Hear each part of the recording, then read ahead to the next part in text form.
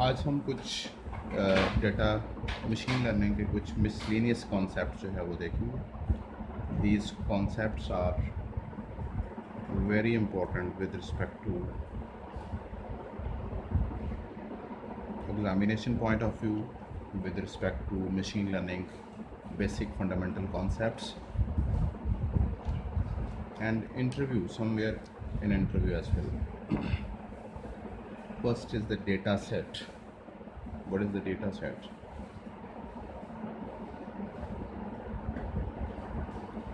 Data set is actually a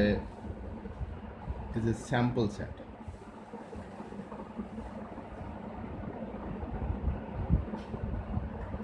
sample set mean it is a subset of the population data set. इसके contrast में दूसरी चीज़ होती है population. Population का मतलब है कि whole data in real life. हम कभी भी मशीन को, जब हम किसी मशीन को लर्न करवाते हैं तो हम पॉपुलेशन डेटा हमारे पास होता ही नहीं है, लेकिन हमारे पास कुछ सैम्पल सेट होता है जिसके ऊपर हम मशीन को जो है वो ट्रेन कराते हैं। ये जो सैम्पल सेट है या डेटा सेट है, ये दो हिस्सों में आप इसको जो है वो डिवाइड कर सकते हैं। One is called training set and other is called test set.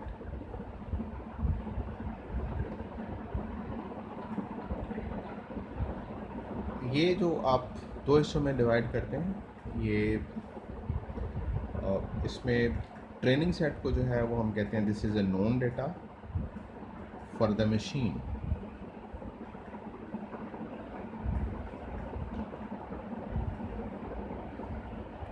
while test data is unknown for the machine.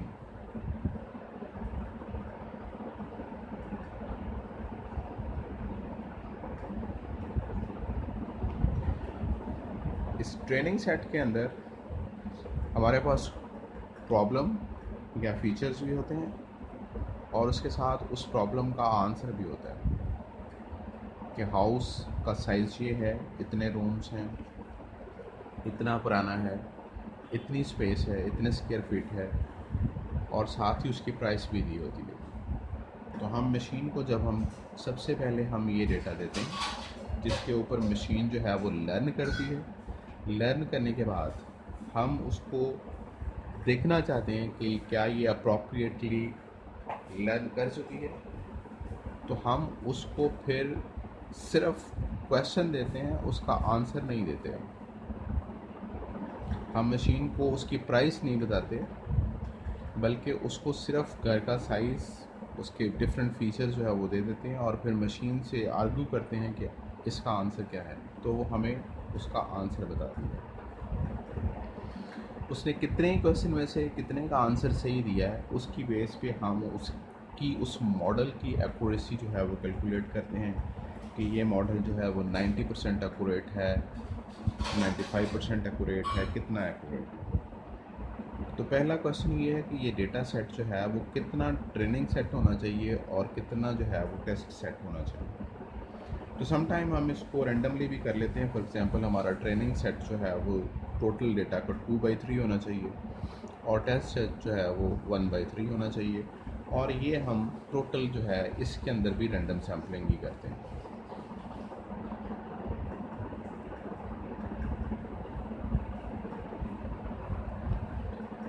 और कंडीशन ये है कि जब आप ऐसा करते हैं तो आप बिल्कुल अनबायस होंगे। आप ये नहीं देखेंगे, अगर आप स्पेसिफिक डेटा को ट्रेनिंग सेट में ले लेते हैं जबकि टेस्ट सेट पे ऐसा डेटा देते हैं जो कि उस तरह के क्राइटेरिया को मीट ही नहीं करता जो कि ट्रेनिंग सेट के अंदर दिया हुआ था, तो आपका एक्यूरेसी जो है वो एडवर्सली जो है वो अफेक्ट हो जाएगी। तो आप जब भी ट्रेनिंग सेट और टेस्ट सेट को सेग्रीगेट करेंगे तो it is sure that it must be unbiased.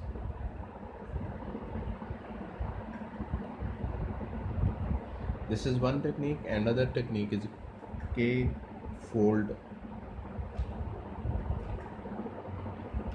cross validation.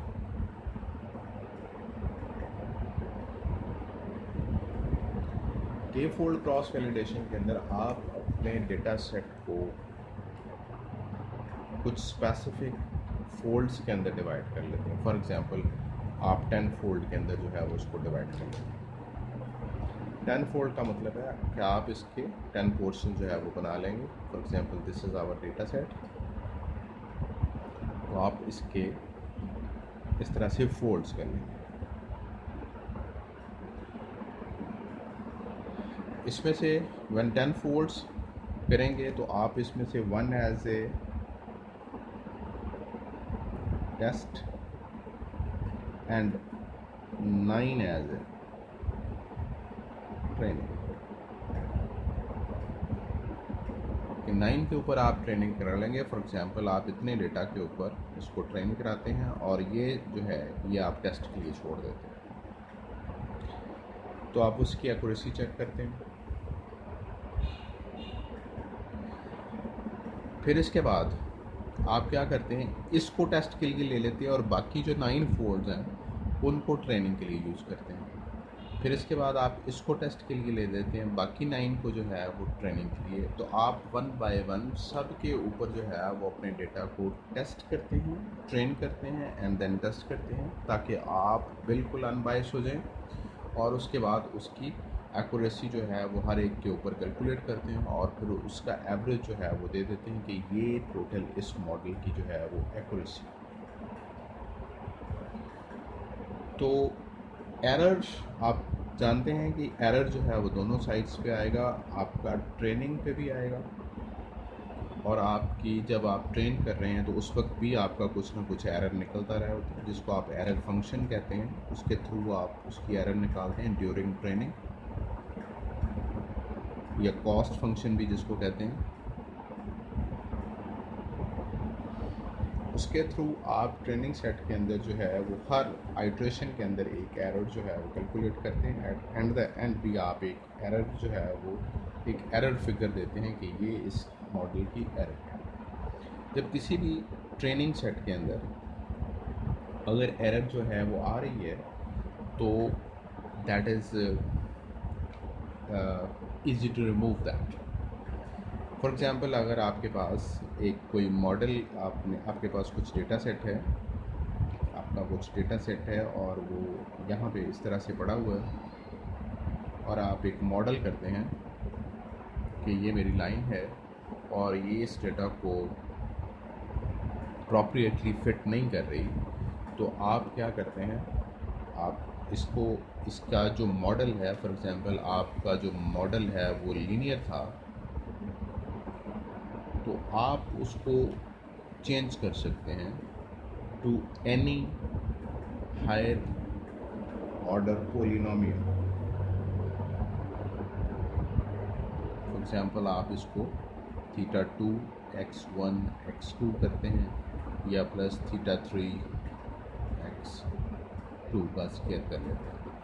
आप इन सम वे आप अपने ऑर्डर को जब आप पोलिनोमियल पे ले जाएंगे तो आपकी ये जो स्ट्रेट लाइन है ये बेंड होना शुरू हो जाएगी। अगर आप उसको एक ऑर्डर तक पोलिनोमियल में ले जाते हैं तो उसके अंदर एक बेंड आ जाता है इस तरह से।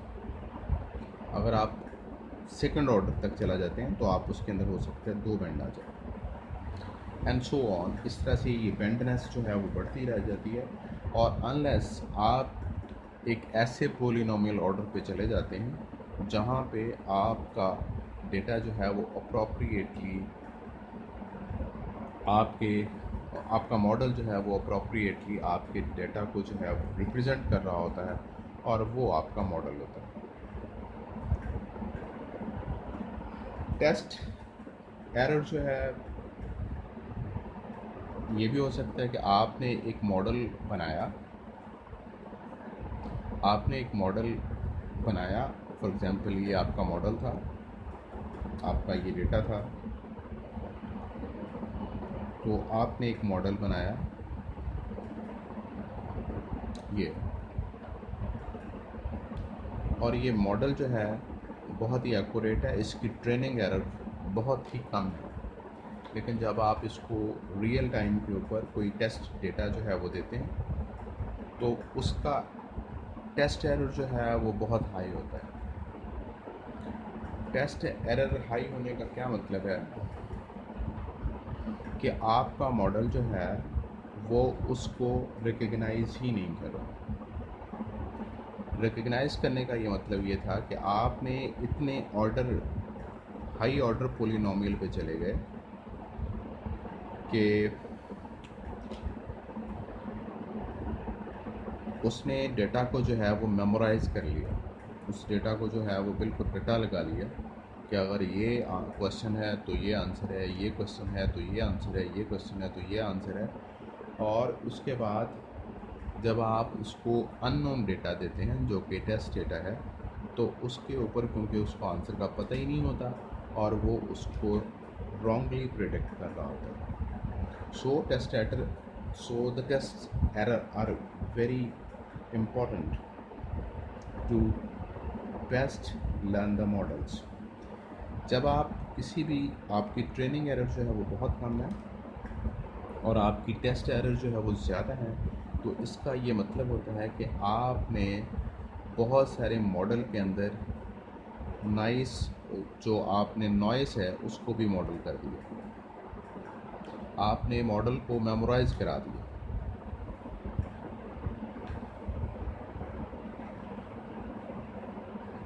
आपको ना ही तो मॉडल नॉइस को मॉडल करना है, ना ही मॉडल को मेमोराइज कोई चीज़ करानी है, बल्कि आपने एक जनरल पैटर्न देना है जो आपके डेटा को जनरली रिप्रेजेंट कर सके।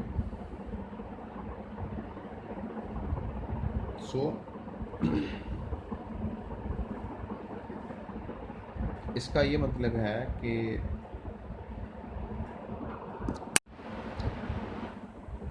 other concept are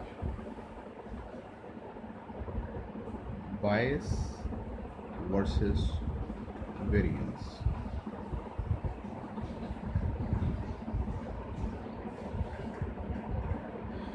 Bias mean inability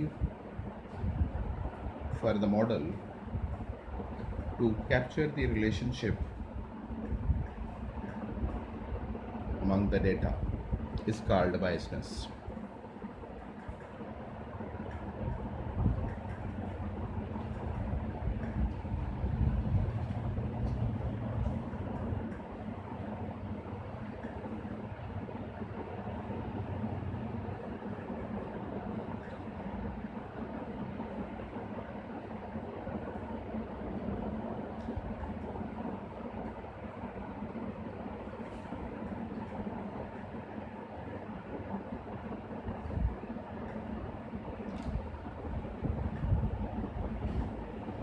is called bias।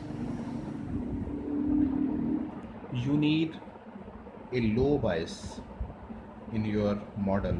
If you have a low bias, then it means that you are going towards a true relationship between the model and the data।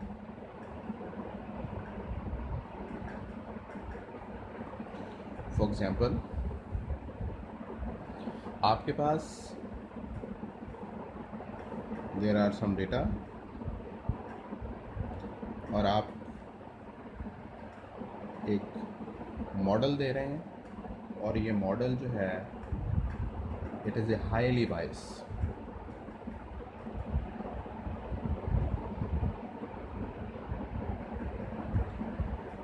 ये model जो है वो total जो आपका data है उसके general pattern को represent नहीं कर रहा। In other words, this is a underfit model.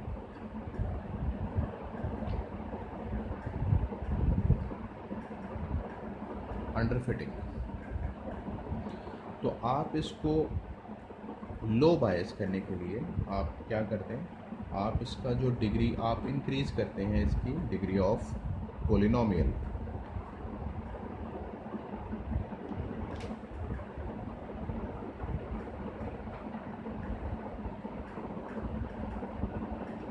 जब आप इसकी डिग्री ऑफ पोलिनोमियल करते हैं तो ये डेटा किसी हद तक बेहतर रिप्रेजेंट करना शुरू हो जाता है। फिर आप इससे भी ज़्यादा करते हैं तो हो सकता है ये इस तरह से डेटा को रिप्रेजेंट करना शुरू कर दे। तो आपका टेस्ट एरर आपकी लो बायस होने से ख़त्म हो जाता है, या एटलीस्ट कम होना शुरू हो जाता है। दूसरी चीज़ जिससे किसी भी अंडरफिट मॉडल को इम्प्रूव किया जाता है वो ये है कि आप इसको मोर ट्रेनिंग सेट डेटा प्रोवाइड करें। इसका मतलब है कि आपका अगर मॉडल सही है और एक बेटर पोलिनोमियल में है, तो दूसरी रीज़न ये हो सकती है कि आप ट्रेनिंग डेटा फॉर एग्जांपल आपने 1000 दिया था और आप उसको 3-4,000 और डेटा दें, तो मे बी आपका मॉडल जो है वो आफ्टर सम टाइम जो है वो बेटर लर्निंग रेट जो है वो प्रोड्यूस करे। तो इन द सेम वे इसका ग्राफ जो है वो लो बायस का कुछ इस तरह से होगा कि जो ही आपका डेटा जो है वो इंक्रीज़ होता है, आप 0 पे हैं, 15,000 पे हैं, 20,000 पे हैं, 30,000 पे हैं, और इसी तरह से दिस इज़ आवर, अगर वाई एक्सिस को हम कह लें कि ये हमारा एरर है, तो आपका कुछ एरर कुछ यहाँ पे होगा जब आप स्टार्ट करेंगे, बहुत हाई होगा, लेकिन जो ही आप इसको डेटा जो है वो प्रोड्यूस करना शुरू करें, इसको डेटा जो है वो ट्रेनिंग सेट देना शुरू करेंगे, तो ये आस्ता आस्ता जो है वो इंक्रीज़ होना शुरू हो जाएगा, सॉरी डिक्रीज़, आपकी जो एरर रेट है वो डिक्रीज़ होना शुरू हो जाएगा। एक सर्टन लेवल के ऊपर हो सकता है कि 99% आपका मॉडल जो है वो एक्यूरेट होगा। तो ये चीज़ जो है, ये आपकी ये चीज़ है, दिस इज़ हाई बायस। तो हाई बायस को लो बायस में कन्वर्ट करने के लिए आप या तो मोर ट्रेनिंग सेट डेटा प्रोवाइड करते हैं, या आप आपका मॉडल ही बेस्ट फिट नहीं कर रहा और आप अपने मॉडल को किसी और डिग्री ऑफ पॉलिनोमियल के ऊपर ले जाते हैं। लेकिन along with that another thing is the variance. Variance mean के आप जब एक सर्टन लेवल के ऊपर डेटा को ले जाते हैं, दूसरी टर्म जो है वो वेरिएंस है। वेरिएंस का मतलब है कि your test error is high while training error is low. High variance is a problem. High, तो आपको जो है वो वेरिएंस जो है वो लो चाहिए।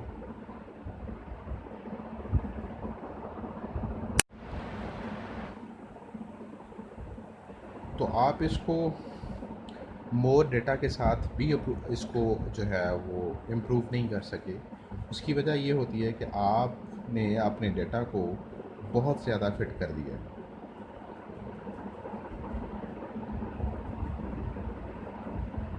Suppose this data and this data, this data, इस तरह से आपने अपने डेटा को मेमोराइज़ करा दिया है, और जब आप इस तरह का मॉडल जो है वो प्रोड्यूस करेंगे तो दिस विल बी ओवरफिटिंग।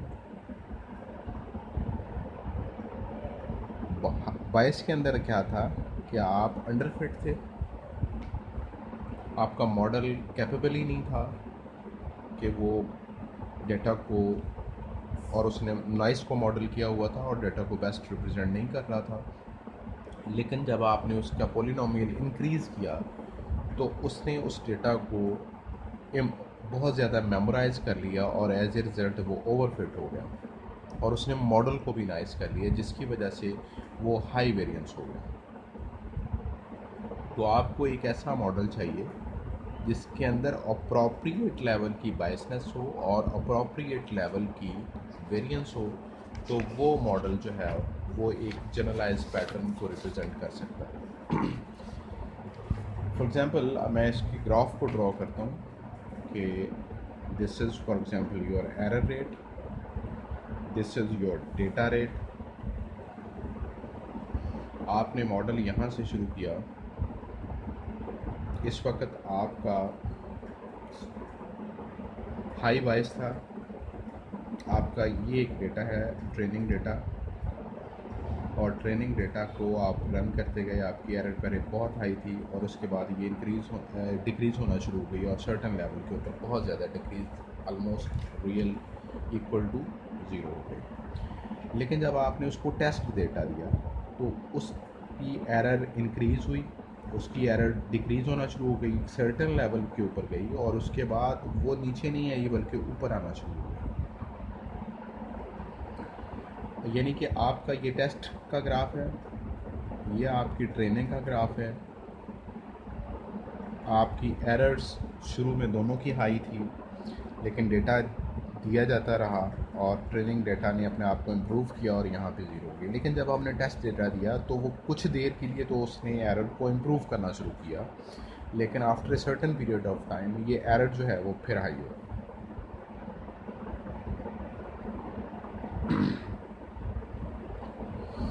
इसका मतलब है कि यहाँ पे this is a high variance.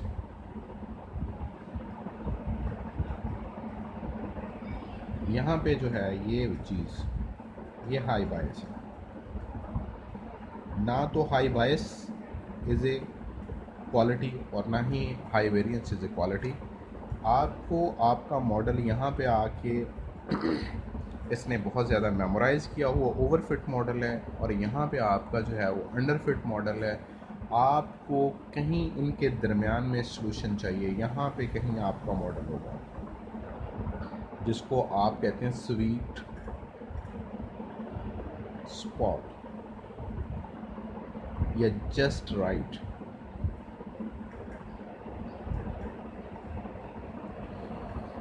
कि अगर आप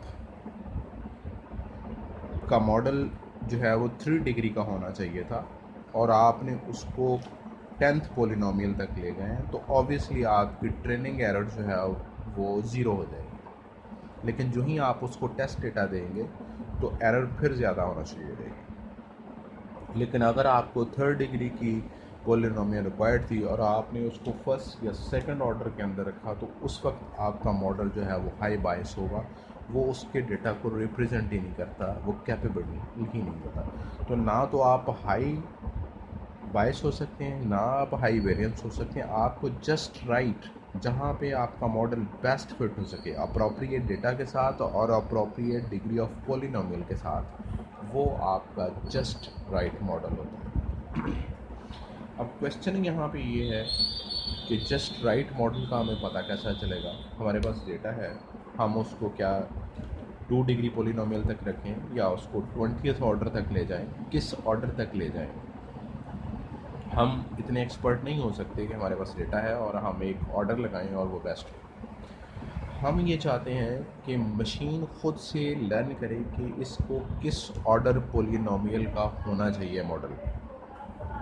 ये हम देखते हैं कि क्या मशीन इसको कैसे रन कर सकती है। इसके लिए सबसे पहले हम एक में और टॉपिक है that is called balancing parameter, उसको देख लेते हैं।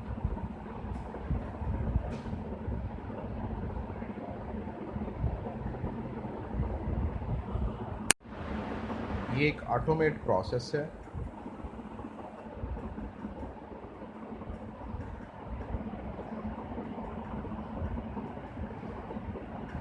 किस पोलिनोमियल डिग्री का होना चाहिए, 2 डिग्री का होना चाहिए, 1 का होना चाहिए या 20th ऑर्डर का होना चाहिए। मशीन को ये ऑटोमेटिकली लर्न करना चाहिए। जो लर्निंग टेक्निक्स इस काम के लिए यूज़ होती है उसको हम कहते हैं रेगुलराइजेशन।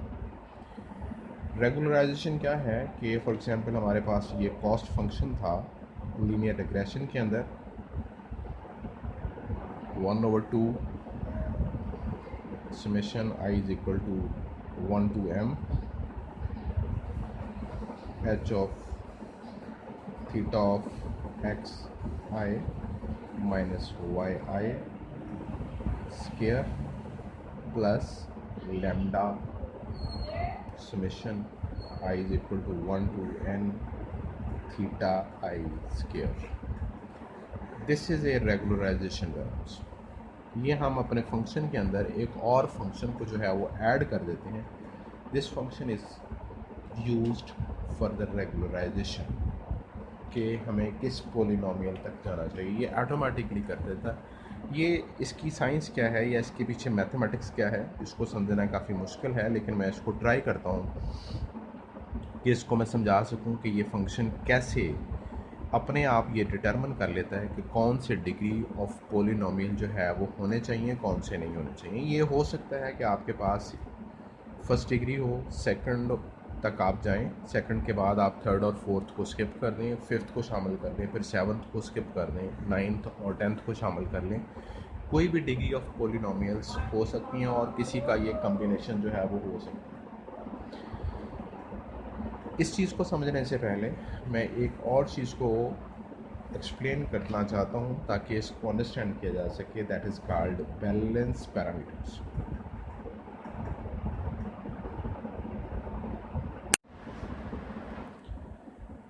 हमने ए की वैल्यू जो है वो 15 रखी, तो हम इसको सॉल्व करते हैं। w is equal to 2 cross 10, suppose z is equal to है 10 and plus 15 multiplied by 10 square is equal to 100 and total is equal to 1520। तो ये 1520 आप इसमें देखें कि इसमें जो डोमिनेंट वैल्यू है वो ये वाली है कि z की जो भी वैल्यू है उसके साथ जो थीटा या a जो है वो मल्टीप्लाई हो रहा है, ये इसके ऊपर ज़्यादा इम्पैक्ट जो है वो डाल रहा है। सिमिलरली अगर हम a की वैल्यू जो है वो 0.01 कर देते हैं, देन हमारे पास w क्या आ जाएगा कि 2 क्रॉस 10 प्लस 0.1 मल्टीप्लाइड बाई 100। हम इसको करते हैं तो ये आपके पास जो है 20 प्लस 10 इज इक्वल टू 30। तो ये आपके पास 30 आया। इट मीन्स के when we change the value of a, when we change value a, effect of z square is penalized. It means के किसी भी हायर ऑर्डर पॉलिनोमियल्स का अगर थीटा जो है वो कम कर दिया जाए तो उसका असर जो है वो कम हो जाता है। जब हम अपनी लाइन को फिट करने की कोशिश करते हैं और हम इसी कोशिश में जो है वो बहुत ज़्यादा हायर ऑर्डर पॉलिनोमियल पे जाते हैं और एज ए रिज़ल्ट हम अपने मॉडल को जो है वो ओवर फिट कर देते हैं, तो उस सूरत में इस चीज़ की ज़रूरत है कि हम उन सारे थीटास को इतना पेनलाइज कर दें कि उनकी वैल्यू ज़ीरो हो जाए या बहुत ही कम हो जाए ताकि वो मॉडल के ऊपर इफ़ेक्ट ना कर सकें। This procedure is also called fixing variance.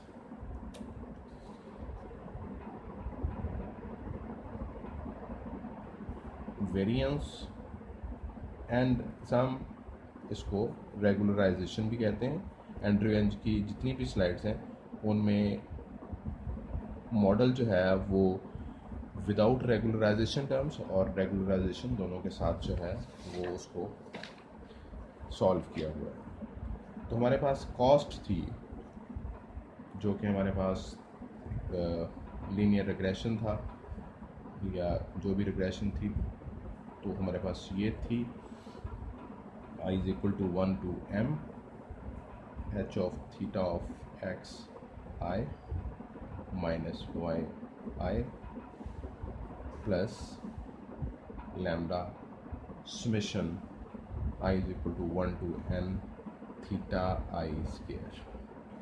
और ये हमारे पास जो है इन एडिशन जो है वो ऐड की गई, ये किसी भी मॉडल के उन पोलिनोमियल ऑर्डर को पेनलाइज कर देती है जो कि मॉडल को नाइस कर रहे होते हैं। इसको हम रेगुलराइजेशन कहते हैं।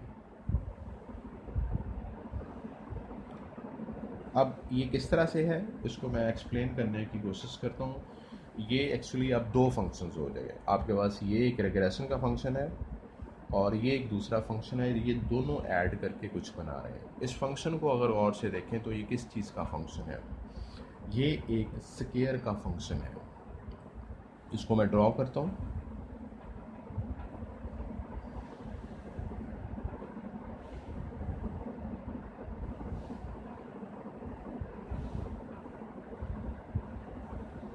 तो ये फंक्शन,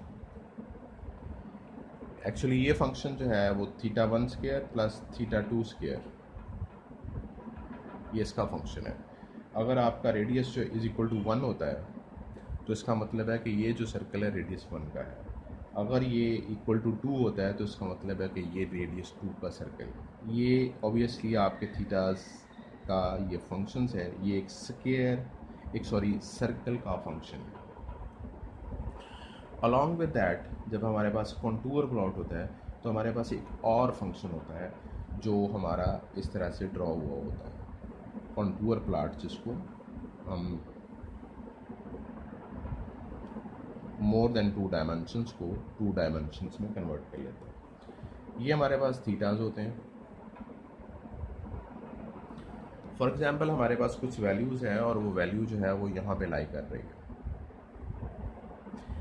ये वैल्यूज़ जब इस फंक्शन के साथ रन करेंगे तो ये दोनों फंक्शंस ऐड हो रहे हैं और ये दोनों फंक्शंस इसको अपने अपने ज़ीरोज़ की तरफ ले जाना की कोशिश करेंगे। ये फंक्शन इसको इधर ले जाने की कोशिश करेगा और ये फंक्शन इसको अपने इसकी तरफ ले जाने की कोशिश करेगा ताकि इसकी कॉस्ट जो है वो कम से कम हो सके।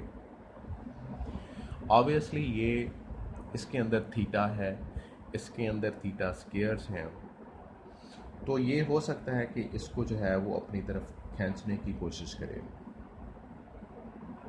इसके साथ ऑब्वियसली ये इस तरफ खींचता खींचता चला आएगा।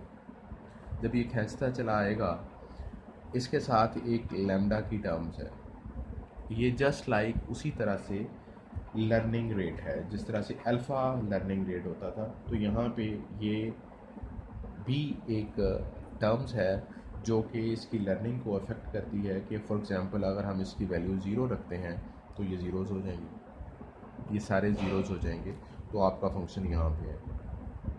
लेकिन ये किसी ना किसी वक्त जब यहाँ पे पहुँच जाएंगे तो ये ज़ीरो हो जाएंगे। लेकिन अल्फ़ा एक ऐसा लैम्डा एक ऐसी चीज़ है जो कि इसको किसी अमाउंट से मल्टीप्लाई करेगी ताकि ये एडवांस जो है वो ज़ीरो पे ना चले जाएं, बल्कि आहिस्ता आहिस्ता से ज़ीरो के ऊपर आए। जब ये इसके ऊपर आ जाएंगे तो जब आप अल्फ़ा से इसको मल्टीप्लाई करेंगे, इसको लैम्डा से मल्टीप्लाई करेंगे, तो ये सीधा तो नहीं आ सकता, ये किसी ट्रैजेक्टरी पाथ के ऊपर जो है वो मूव करेगा। इस तरह से आता यहाँ आ जाएगा या यहाँ से आना शुरू हो जाएगा, तो किसी न किसी साइड से ये नीचे आएगा। इसके नीचे आने का ये मतलब है कि अगर इसको मोर देन 2D ग्राफ्स देखें तो बहुत सारे ऐसे थीटा है जो बड़ी स्पीडीली ज़ीरो हो रहे हैं या ज़ीरो की तरफ मूव कर रहे हैं। फॉर एग्जांपल कि अगर ये इस साइड को ट्रैजेक्टरी पे मूव करता है तो इसका मतलब है कि थीटाज 1 की वैल्यू बड़ी ग्रेटली रिड्यूस हो रही है, जबकि θ2 जो है वो आहिस्ता आहिस्ता हो रहा है। अगर ये इस साइड को आता है इस तरह से, तो इसका मतलब है θ2 ड्रास्टिकली जो है वो डिक्रीज़ हो रहा है, जबकि θ1 जो है वो आहिस्ता आहिस्ता से नीचे आ रहा है। तो वो थीटास जो कि बहुत ज़्यादा इम्पैक्ट डाल रहे होंगे वो बड़े ड्रास्टिकली नीचे गिर जाएंगे और may be they tend towards zero, वो ज़ीरोज़ हो जाएं, बहुत ज़्यादा पेनलाइज हो जाएं, उनका इम्पैक्ट बहुत कम हो जाएगा। तो क्योंकि ये सिर्फ 2 डायमेंशनल है लेकिन ये मोर देन 1 डायमेंशनल है, तो ये किसी ना किसी साइड पे जाता जाता एक ऐसी जगह पे चला जाएगा जहाँ पे जाके ये रुक जाएगा और बाकी सारे थीटास जो हैं वो ज़ीरो हो जाएंगे, जो कि नॉइस को मॉडल कर रहे थे।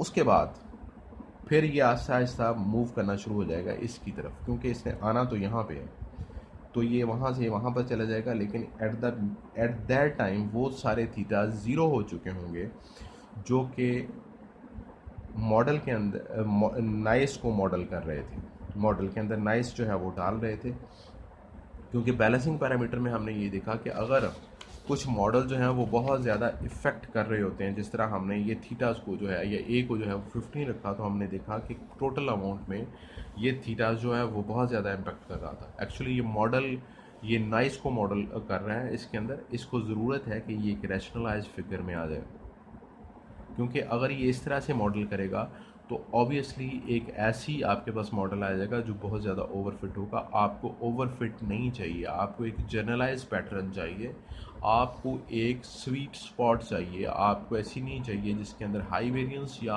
हाई बायस जो है वो मॉडल मिले।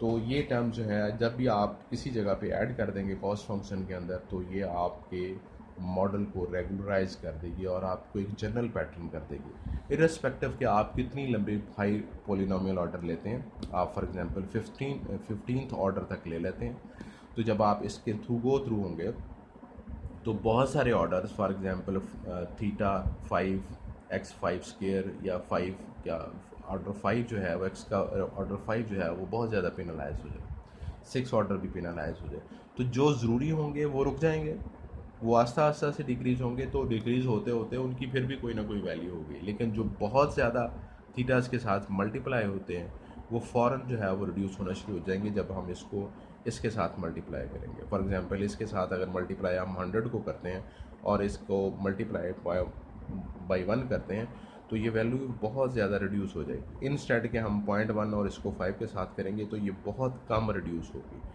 तो जितनी बड़ी वैल्यूज़ होगी और वो रिड्यूस होती जाएगी, तो हमारा फंक्शन जो है वो जनरलाइज फंक्शन बन जाएगा। तो बस यहीं तक था आप आज का लेक्चर, आप इसको पढ़ें और इसके बाद हम इसको डिस्कस करेंगे।